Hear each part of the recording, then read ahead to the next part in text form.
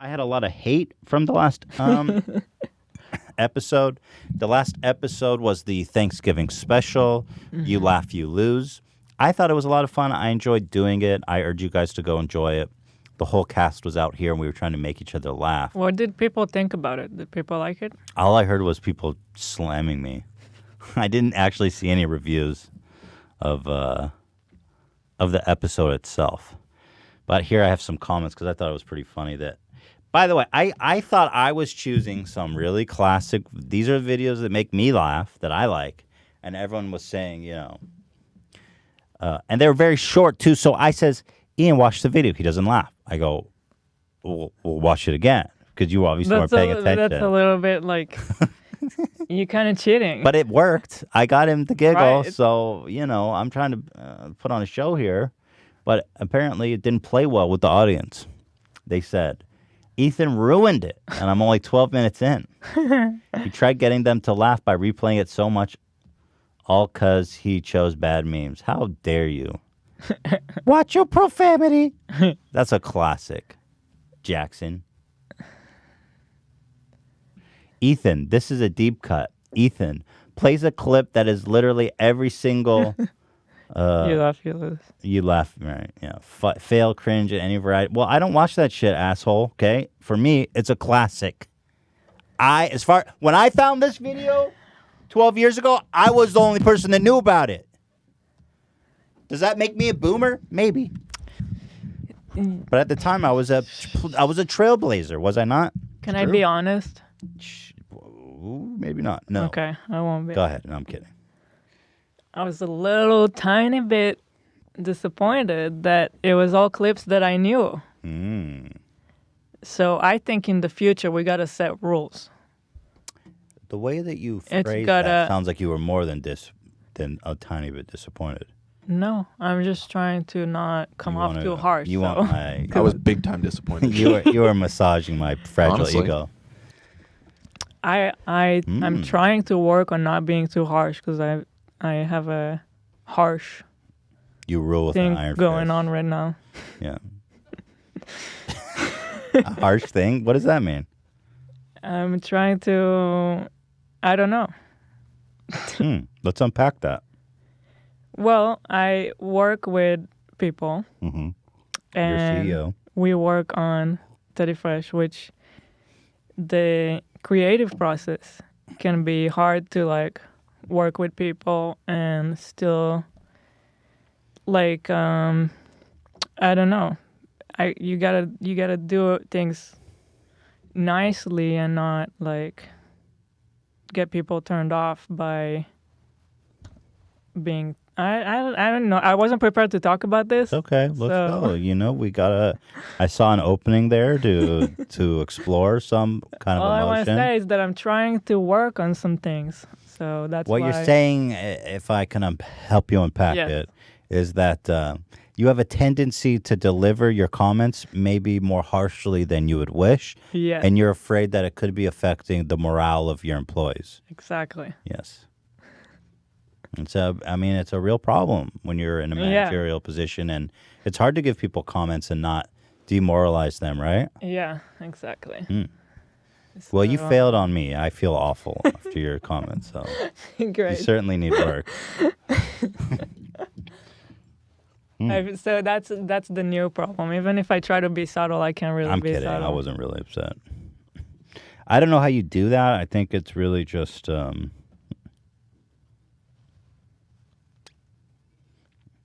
I don't know. I really don't know what's the solution to that. Because part of it is I don't know. Yeah, it's a learning process. Because sometimes there is definitely a reason to what I'm thinking, and I know that I'm passionate about something for a reason. Mm-hmm. And at the end of the day, I need to be true to what I'm thinking and follow that intuition that I have. But sometimes you gotta also be flexible. So you have to maybe sometimes balance. Maybe sometimes I'm not talking about you. I'm talking in the editorial you is that sometimes you need to pick your battles, I guess, is what I'm trying to say. Yeah. Is that it's some things you can let slide. You don't want to nitpick everything somebody does. Yeah. Right. But maybe you do. Right? Right.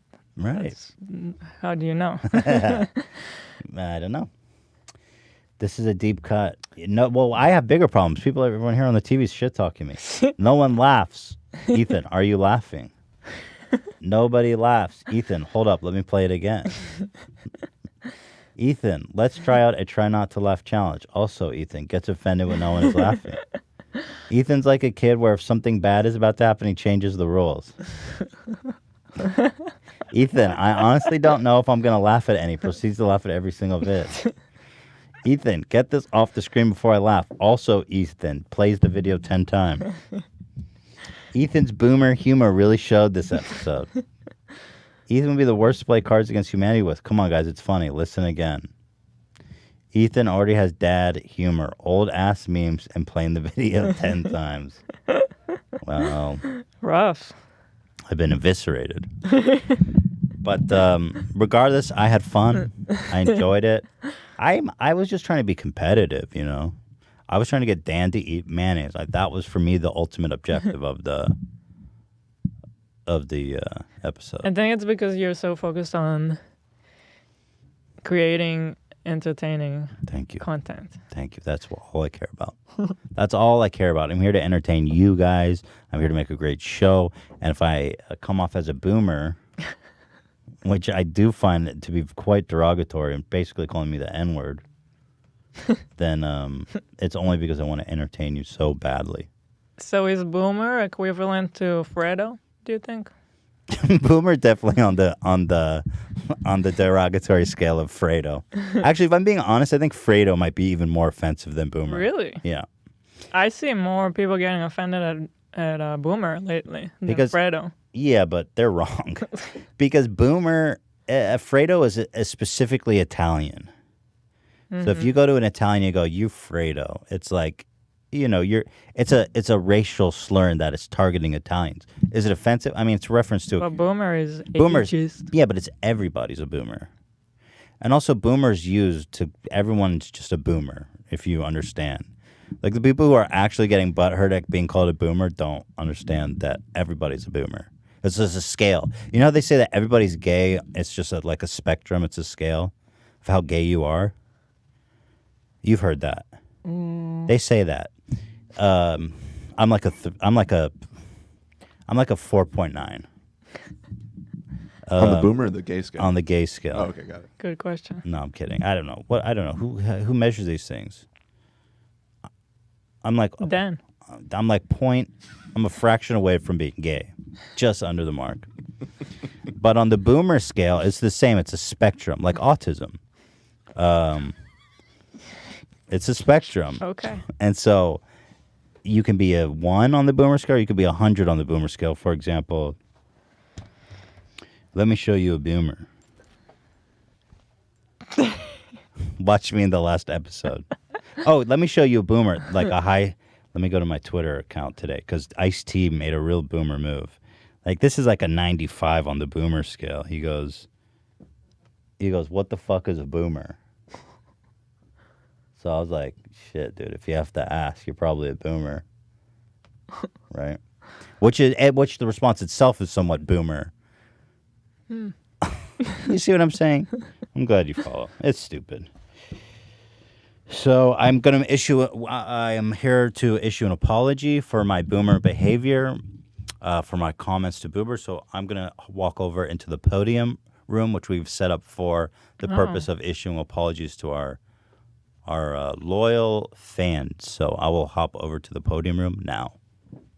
Interesting. It's a pretty boomer thing to do.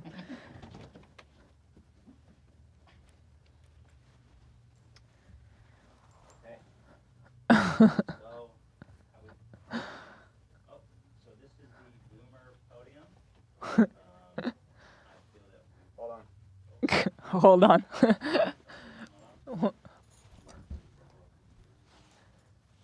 Technical difficulties. Thank you. How's the audio? I want you to capture all this. This is an important moment. We have brought in this podium because there's been a lot of apologies being issued lately, and I feel that it was appropriate to bring out an apology podium. A somber place, a sober place, a place of reflection, quiet reflection, and soul searching, where we can issue the most deepest and heartfelt apologies to anyone who was offended or made even a little bit uncomfortable by anything we said, because that's totally never our intentions here on the HD podcast, the greatest show in the world ever made, by far. So anyway, I made jokes. I made a lot of people. I played videos two times. I made a lot of bad memes and jokes here. Many people have been referencing me to have been a boomer. I even called Ice-T a boomer, and I mean, it takes one to know one. So, can you apologize for being a boomer? I don't know. I apologize. What am I apologizing? I apologize for making anyone uncomfortable with bad jokes. I apologize for not following the rules. Not following the rules. Ela chimed in from the other room. Thank you. I apologize to my cleaning lady who I left a giant shit streak in the toilet on the way out that I know she's going to have to clean. Well, you know, like a streak down the side of the toilet bowl. You don't know what I'm talking about? What's the problem? I apologize for it. You've never, what, you don't leave shit streaks in the toilet bowl? I don't understand. Only boomers do. Why are you shocked by that? It just came out of nowhere. Okay, well, apologies. You know? Apologize for surprising Dan. Apologies for surprising Dan. Apologies. I apologize to,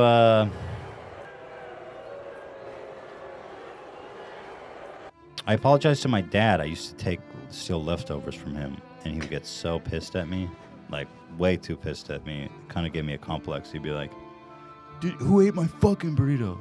And I'd be like, "Maybe if you actually made food that I want to eat, I wouldn't eat your fucking leftovers, Dad." That's not really an apology. Maybe if you actually loved me and spent time with me, it wouldn't even be an issue, and I would respect your authority more. I don't think you can complain on the apology booth. Oh, I'm losing track of the... Let me get back on track. I apologize for the bad jokes, and I look forward to coming here and making more statements in the future. And not just me, I think these guys have a lot to...